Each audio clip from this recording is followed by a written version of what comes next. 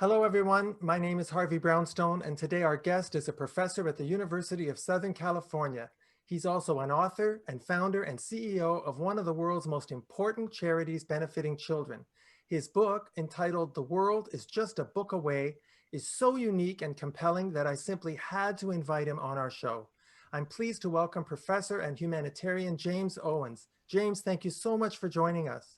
Oh, thank you so much for having me, Harvey. It's an honor. James, your book, The World is Just a Book Away, is a collection of short essays by 60 of the most influential people in the world about how books and reading have shaped their lives, their beliefs, their perspectives. You wrote that you were inspired to compile this collection because books have always been your refuge. Can you explain what you meant by that? As you read in my introduction, I tragically lost my mother when I was 9, and it's the greatest tragedy of my life. And my mother was really my I think at that age really my everything, my main support, my main cheerleader. My mother was the reader, she was the intellectual, she's the one who instilled the love of books in me. And then losing her was really unbearable. And I can't remember a lot of the period in the years following her death because I think it was just easier for my mind to block it out. And the way I would describe it is, for me it's more like I have Polaroid snapshots that appear for the 4 or 5 years afterwards, but I don't really have an ongoing movie. And I was so mommy always read to me. My mother always read to me, and after she was gone, I really think I just retreated into books, and they were my world. And then in this world of books, of course, I all sorts of other worlds opened up to me as we were in my grandmother's house. I grew up in the Berkshires in Western Massachusetts. It's very beautiful. And we lived across from a cornfield.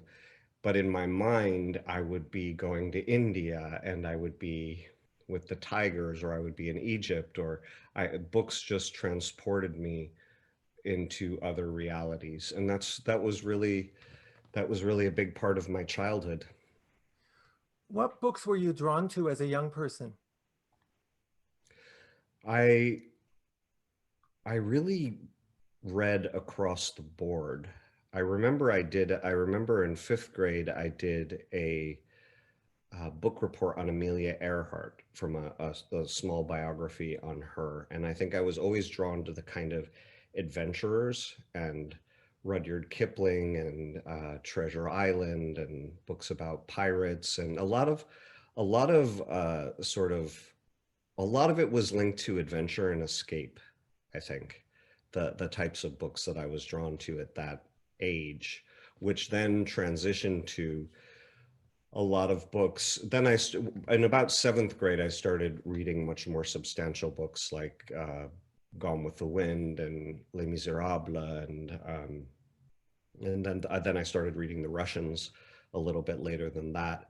Uh, and really the books that are like tomes, in fact some of them are behind me, that you just 1,000 pages and you just get swept up into another reality completely. What books inspire you today? It's very interesting, Harvey. The reason I came up with the concept of the world is just a book away really is because I thought I was meeting very interesting people, and I thought, well, if I create this book in a year, I delusionally thought it would take a year, I'll have this wonderful reading list. But of course, it was incredibly complex to do this book. And then I went straight from doing the book to completing my doctorate in education. So I really didn't have a lot of time to read. It was book that led to the charity, then the doctorate. I didn't have a lot of time to read until the doctorate, which was finished. I completed it in December. And I've gone back to reading the classics now. So right now I'm reading A Tale of Two Cities. I just finished The Three Musketeers. Before that, it was The Count of Monte Cristo. I'm also concurrently reading Dr. Zhivago. And these are, I hadn't read Dr. Zhivago before. I'd read all the others, but I read them in seventh and eighth grade. So it's been a very long time since I read them. And I just find it, I don't know, it's very interesting to read them from the perspective, this perspective versus that perspective in time.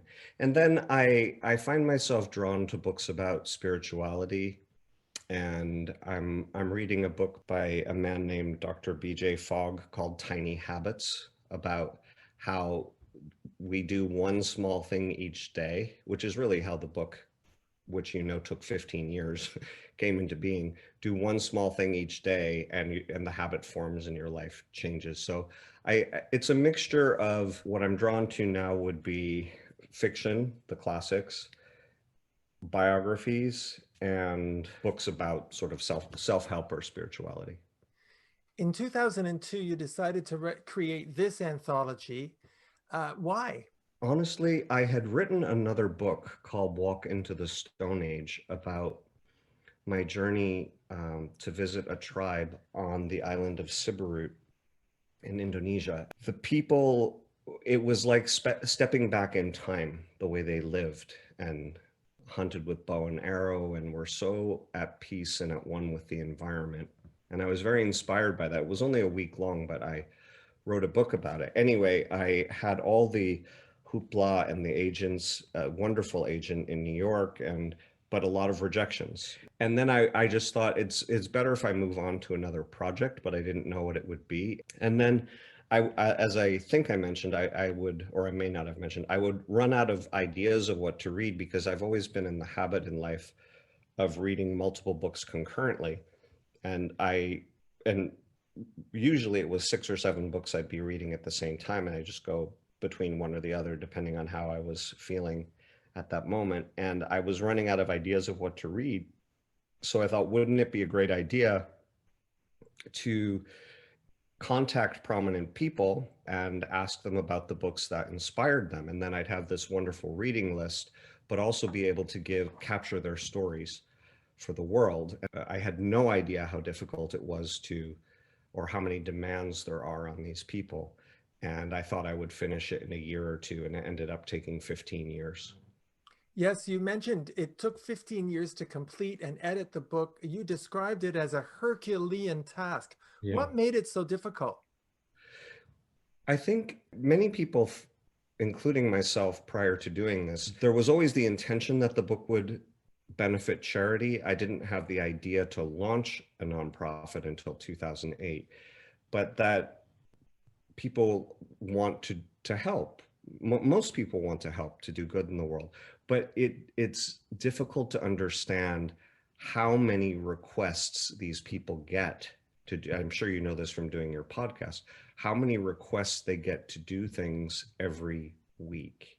So I would not have imagined, for example, that it ultimately took me 10 years to get to the Dalai Lama, simply because I wasn't registering in my brain what it truly means to get to His Holiness the Dalai Lama, and what a blessing that is, because he's only one person who is a hero to tens of, or perhaps even hundreds of millions of people.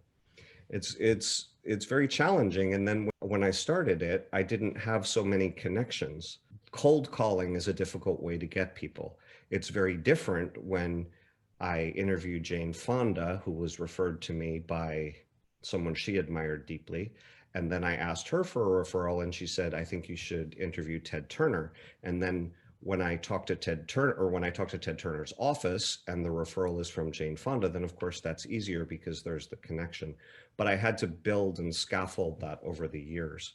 And I'd notice certain changes, like when Her Majesty Queen Noor, which was a cold call, but I think that was 36 points of contact over 18 months before Her Majesty was completed, just to go through the process and to get it organized.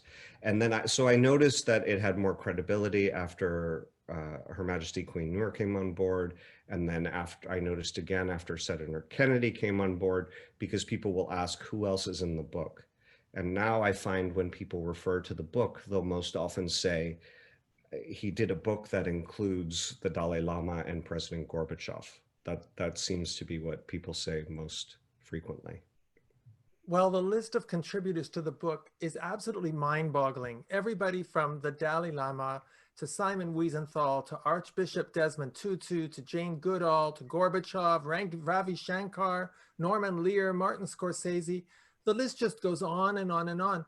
Do you have a favorite essay? Uh, I don't like to answer the question of a favorite essay because, as you can imagine, for me, I mean, it was so touching that all of these people would be involved. And you mentioned Archbishop Tutu, and if you look in the lower corner of your book, that's actually my face. And then you'll see Jane Goodall, who has become a friend of mine through the years and wrote the foreword, is next to me, and then Archbishop Tutu, who's been a wonderful, just a wonderful support, and such a blessing to know that saintly man on earth. And it was ultimately actually through Archbishop Tutu that I reached the Dalai Lama. And when I thought to ask him for the referral, then it happened quite quickly because they're very good friends. Uh, Liam Neeson, who wrote the afterword, is a friend of mine, and of course that's very meaningful for me to have him in the book. You probably know his wife, Natasha Richardson, died tragically, and I knew Tasha as well. I knew Tasha quite well. And then Tasha's mother, Vanessa Redgrave, is in the book. So that's very touching that the three of them are in the book. And then, of course, Jane Goodall, who's one of the people I admire most on the planet. And the charitable work I do is very involved with Jane, and I'm very blessed that she's become my friend. So many of the essays touch me. I grew up as an Irish Catholic boy in Massachusetts, and the Kennedys were sort of the royal or iconic family, certainly of Massachusetts. And so it was very meaningful to have Senator Kennedy, who had been senator my whole life when I was growing up. And he talks about his brother's book, Profiles in Courage. That's a very moving piece for me. Uh, I was in correspondence with Miep Gies, who hid the Anne Frank family, Mrs. Gies, for about 10 years. And she officially stopped corresponding with people when she turned 100, believe it or not.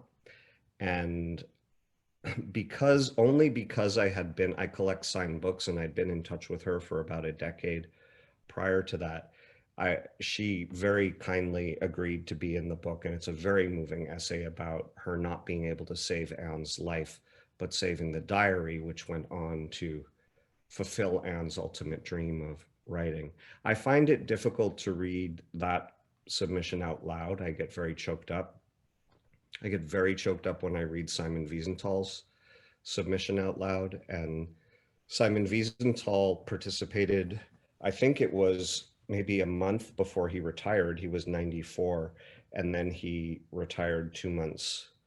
I think he passed away about 2 or 3 months later. So for a good subsegment of the people, this is the last book they participated in, and to capture their stories for posterity, really, I always felt an incredible blessing from that, but also an incredible responsibility that I had to turn down publishers who wanted to assume the rights of being able to edit the words as they saw fit, as opposed to, for example, if there was some sort of typo or punctuation that needed to be fixed. But I felt that these people had entrusted me with their words, and that I had that responsibility to ensure that their words came across as they wanted. So both a great blessing, and then I felt this incredible responsibility for having the words of these people. I think 16 of them now have passed away. And I keep the originals I have signed and dated originals of each one, and I keep them in a safety deposit box. There are some books that figure prominently over and over again: The Catcher in the Rye, The Grapes of Wrath, The Hobbit, Profiles in Courage, books by Victor Hugo, Charles Dickens, Mark Twain. Were there any books that the contributors referred to that surprised you? I think the one that surprised me most was how unassuming Archbishop Tutu is. I mean, he's very funny. Of course, he has that voice we would recognize from those of us who were alive and aware during the 80s and 90s. And when he talked about the Lone Ranger and reading comic books, I think I just had expected him to choose something. And then he talks about other books as well, but I just found that so sweet that he talked about how his father, the wisdom of his father, and his father just knowing, having the knowing that what he needed to encourage in his children was a love of reading, that it didn't matter so much what they read, of course, as long as it was appropriate, but that he needed to encourage their love of reading. And that took me by surprise. I didn't expect to hear that. I'd say that's the one that surprised me the most. Yeah, me too. Some of the comments in the book are tremendously profound. For example, Ravi Shankar says, everyone's life is like a book, and books are not static, but living sources of connectivity beyond time and space. You Mm. must have been thrilled with the profoundness of these essays. These are not boilerplate platitudes. These people, they put a lot of thought into it. Yes, and you mentioned Sri Ravi Shankar, who, for people who aren't aware of him, founded the Art of Living, which is a meditation and spiritual movement, which not affiliated with or religion, that is one of the largest in the world now. And he is revered by many as a living holy person. And to be in the presence of someone like that, whose mission in life is to promote peace and to promote inner well-being, and then to just be connected to the wisdom that they share, it is incredibly profound experience. And of course, I talked to many of these people as we were going through the process, and it's whether or listening to Frank Gehry, the architect who did Disney Hall as one of his more famous buildings, but probably the most famous living architect, Frank Gehry. And to listen to him explain having a conversation with Jay-Z, and that Frank Gehry didn't really understand rap, but he was telling Jay-Z he thought that James Joyce was the original rapper. And it's just just to see the inner workings of Frank Gehry's mind and how he would put that together. And the way he explains it, it really does sound like James Joyce was rapping back in the 20s. I know you don't have a favorite essay, but I have to tell you, James, mine was the essay from Simon Wiesenthal. And in my opinion, that one essay Mm. about a miraculous post-Holocaust incident, which people will have to get the book and read for themselves. I'm not going to tell them what it is, but that one essay is worth 10,000 times the price of the book. Yeah, thank you for that. That's, as I shared, I find that essay very difficult to read out loud. I get choked up when I read it still, although I've read it at so many book signings and events. And I find it interesting. When people say, and of course, so many people said, well, you can't get to the Dalai Lama, or you can't get to Scorsese, or whomever they think you can't get to, Queen Noor. And I find it very interesting how things happen. A woman named Nazreen Gross, who is in the book and ensured the inalienable rights of women in Afghanistan and the Constitution, she talked about Simon Wiesenthal, and Mr. Wiesenthal was still alive then.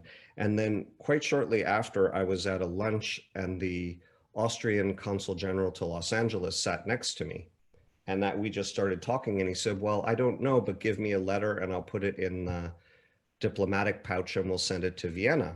And I thought, why not? Let's do it.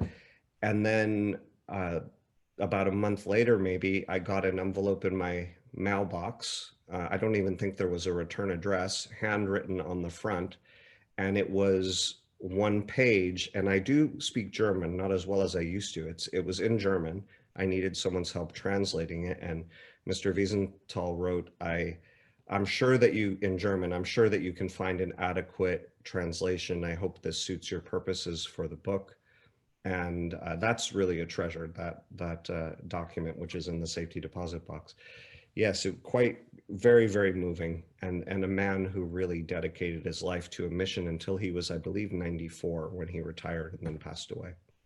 Yes, I don't think I'll ever forget that essay. Okay, now I want to talk about the charity you co-founded in 2008. It's called WIJABA, which is an acronym composed from the first letters of the words "World is just a book away."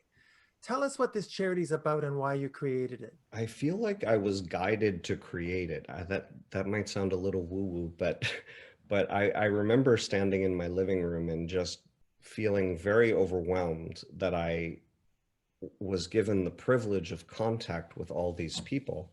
And as I said, I always knew I was going to give a portion of the book to charity, but then I just sort of had a knowing that I was meant to give all my profit from the book to charity. But then it came to me that one of the real gifts that had been given to me that's unusual is the connection with all of these people.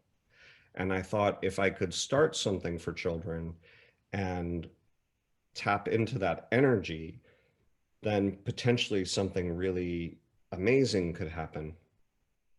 So the initial intention was to build one library for kids, incidentally, which was named after Mrs. Geese, after Meat Geese, with her permission. It was one of the last official things she did, I believe, in Indonesia, in a region that suffered the world's worst mud flow disaster. And I had an Indonesian friend who's prominent in Indonesia and said he could handle all of the red tape. And would I consider doing the project there and helping these people? So that was in 2008. And in 2009, we opened the first library. And that was really my intention, was to build a library for kids, primary school kids. And these kids have no access to books. I met them on a trip in 2008. Some of them had never even held a book that had pictures in it. So it was really profound to realize that there, and as I'm sure you know, illiteracy or functional illiteracy is a huge problem in the world, with over 700 million people by many estimates who are not literate or who are functionally illiterate. So we built that one library, and I approached friends and said, I'm interested in forming this charity, and would you be interested in joining a board? And then a board and an advisory board formed. And here we are. So how many years later is that now? About 13 years later. There are 100 libraries, 4 mobile libraries, each of which serve at least 50 schools or orphanages, a horse library that goes up a volcano. The horse goes up a volcano in Java to remote schools. And then we have our partnership with Jane Goodall, which has the environmental education program linked to Jane Goodall's Roots and Shoots, which is her amazing program for children. And I encourage anyone to look that up. She's a saint among us. That book, prior to the pandemic, was at 500 schools with 35,000 kids. And now we have an online program. The kids we serve don't have access to computers typically, but at least one parent has a smartphone. And we have an online program that we developed just in July to help kids understand and continue education during the pandemic. And that's 24 5-minute videos across 4 modules. And we have 60,000 children who've participated in that. So in total, it's grown to include all of those things, with about 200,000 kids in 3 countries since we started.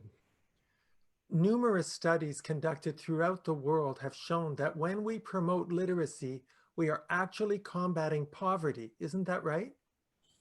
I firmly believe that. And I did a lot of research linked to that with my dissertation, with my doctoral dissertation, which is about the impact of early childhood exposure to environmental education. Yes, the key to breaking the lock on the chain of poverty is education, because education opens the doors and opportunities, and many of these children can, not all of them, but many can figure out ways to further their education once they have, but they need a light, right? There has to be some light for them to to be like a moth to a flame or to be attracted to. And when you go to the schools that we work with, and they're so in such bad shape, holes in the roof and broken blackboards and desks with three legs, and one school we work with, the children have their feet in water for 3 months a year, and we had to build we built the library up 3 feet higher so that it would be the only dry room. Can you imagine, the only dry room the kids could sit in? So often the libraries that we build, it's one room in the school. To clarify, that the library is typically one room in the school, and it's the only really beautiful, bright, it's yellow, green, and yellow, green, blue, and white. The chairs are different colors, the table, of those combinations, with the endangered species of the country, photographs of them on the wall, and at least 500 books.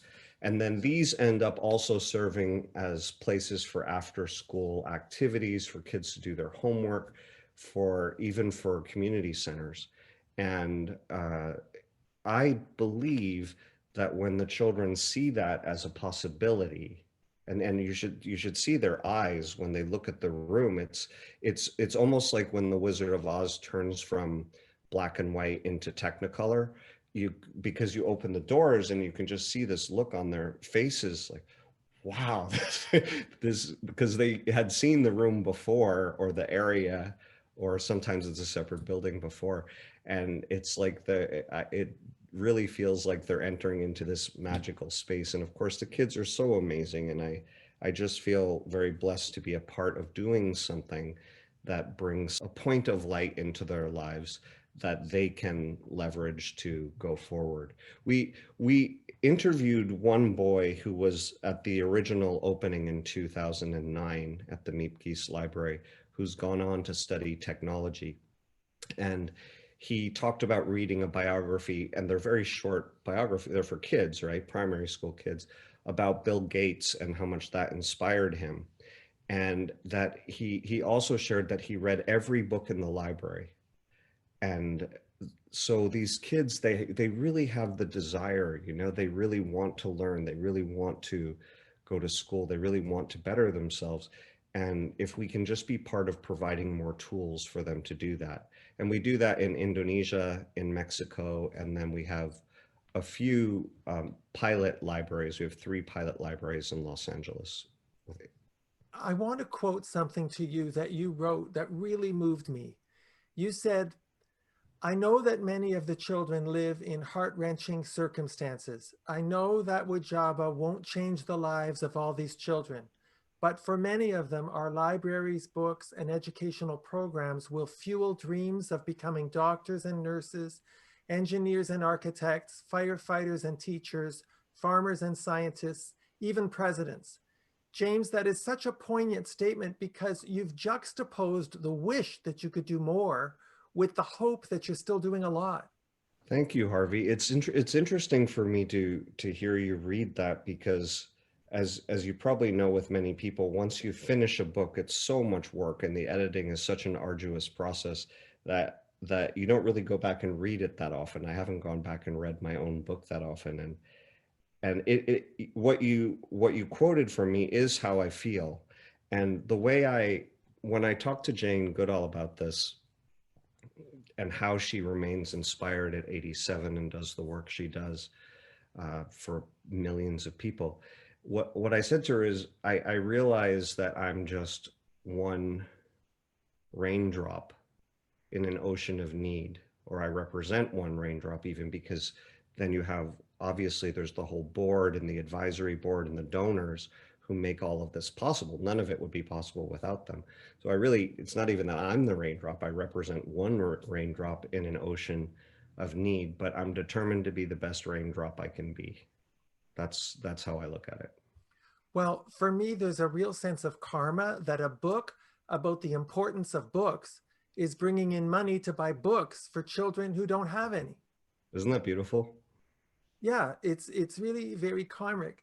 I have to ask you, when you were a child, you were greatly inspired by the Encyclopedia of World Travel. Today, Mm. kids are on their computers, tablets, phones, they're Googling and YouTubing everything they want to see. Do you think this has the same inspirational value as reading? No, I don't. I think, well, and not only do I not think it, but I know it from reading studies about how reading impacts the brain and imagination and ignites different parts of the brain that they can test through CAT scans and studies of the brain.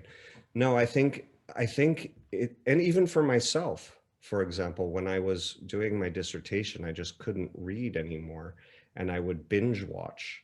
But I was aware that I would go back and see that I'd watched shows, and I didn't even remember watching them. It was like my brain was flatlining. And when you read, and Jane Goodall talks about this in her piece or in the foreword, about how when she was a child growing up in the 30s and 40s, she would read and she would imagine what the character looked like. Her imagination would create what the character would look like instead of being told what the character looks like. So I think that reading is absolutely, and I'm very fortunate that my son is also an avid reader because it's so easy to be distracted by technology and to be drawn in, and of course the algorithms know what we want to see and it draws us in further, and there's been all sorts of studies on that. Whereas if you turn all of that off and you're just present with a book, you can really, your brain relaxes and your brain starts to imagine and visualize what's going on in the book. It's a very different reaction for the brain. And I think it's very important that technology is beautiful. Look, it enabled us to reach 60,000 kids, right, with our health and hygiene program through WhatsApp. I mean, that's incredible. So it's amazing. Technology is amazing, but it's not an either or. I think it's very important that people understand the role that reading plays, and also that people allow themselves and their children's brains to relax and not have the stimulus and the lights coming at them and the constant change. And for example, when people read on Kindles, even, they're not as focused because let's say it says something about Napoleon's second wife, and I do this also and then I'll Google the second wife of Napoleon, and then I'll end up down some rabbit hole. Whereas if you're present with a physical book, you can really focus, relax the brain, and allow the imagination to do its thing. Your book was published in 2017. Is there any chance there could be a second edition of the book with contributions from more notable people? Actually, I think if I were to do that for the rest of my life, even if it were to progress slowly, different volumes of the book, I see a value in that because it's capturing the stories that inspired people who've gone on to do amazing things. And so I am in the process of, let's say it's percolating in the back of my brain, the process of volume 2 and who I want to reach out to. And fortunately now I have more I'm not saying it's going to be easy, but fortunately now I have more connections who can refer me to people. And yes, I do see myself doing another volume because I love it, and we've had very positive feedback about it. The book's won awards. I think it does inspire people to read books they might not have thought of reading otherwise. And I just really see a value in that. And then it helps to promote the work with the children also. Yeah, I really hope you do it. You know, it touches me deeply that given that some of your fondest memories as a child were of your mother reading to you, I think that in some way your work with WIJABA is a way of honoring your mother's memory and legacy. A lot of my life and what I've been able to do in my life, I think I owe a great deal. Not I think, I know I owe a great deal of credit to my mother and the 9 short years we had together, because my mother would always let me say it this way. I at my father's funeral, I think she's a second cousin, came up to me. I hadn't seen her in maybe 3 decades, and she calls me Jimmy, right? And she said, Jimmy, when you were 5 years old, you told me you were going to move to Europe and live in castles. And you did. And it's just incredible that you would have said that as a 5-year-old in Great Barrington, Massachusetts. I was in a very small, amazing, but very small town in Massachusetts that incidentally does have a castle in the middle of it, but that's a different story. And I don't have any recollection of telling her that. But what I did move to Europe. I did live in England, France, and Germany. I have traveled to over 50 countries. And I climbed to the top of the pyramid, which is what my mother and I talked about when I was a little boy. The book you referenced that I remember from when I was a little boy. And so much of that came through, and I have some of the books here. For example, I have the history of art. My mother was in college studying to be a teacher when she died. And so when I was 7, she was talking to me about the Ponte Vecchio and the Pitti Palace and Michelangelo and the Louvre and Mona Lisa. And I don't think those are necessarily common conversations to have with a 7-year-old. And and the Taj Mahal, and I would always say, and she'd say, well, go visit these. And of course she wasn't able to, but I do. And I believe that she's with me and sees it through me as I experience these things. I do too. Well, James, I think your good friend Liam Neeson summed it up so nicely when he wrote that this book is not one of those books that you read and then put on a shelf. You keep it on your night table and you go to it from time to time when you're looking for what to read next. And that's exactly what I've done. Do you do it too? I do have the book on my nightstand. I have it with me now. I like to look at it. I like to have it near me as proof that it's done and it's complete. And I do look at it occasionally, and I'll just flip to someone. It brings back many happy memories of people. And I'm looking right now for the portrait of Yo-Yo Ma, which is one of my favorites. And you see the pull quote below here. And I happen to know Yo-Yo Ma, his piece about the Little Prince. This is one example linked to your question. He talks about reading it in French and then coming to America and reading it in English. And then he talks about Sherlock Holmes. And so, yes, then I went and got The Little Prince again, which is a book I didn't have. And I did read Sherlock Holmes after that. And I have, now that I feel like I've been released from my dissertation, which, as I said, was just December 16th, I have the opportunity now to go and look for and get many of these books that I hadn't read before and read them. I'm really looking forward to that. Well, James, thank you so much for publishing this remarkable book and for everything you and the wonderful people at WIJABA do to improve the lives of children, book by book, library by library. I really appreciate you spending this time with us, and I wish you and everyone at WIJABA every success. Thank you so much, Harvey. And it's just been such a pleasure to talk with you and to hear your perspective on the book, which you clearly read in great detail before our conversation. And I really appreciate that. And I'm honored to be part of your show. Thank you for highlighting the book. Thank you, James. Our guest has been Professor James Owens of the University of Southern California. My name is Harvey Brownstone. Thank you to our producer, Steve Silver. Thank you for joining us. See you next time.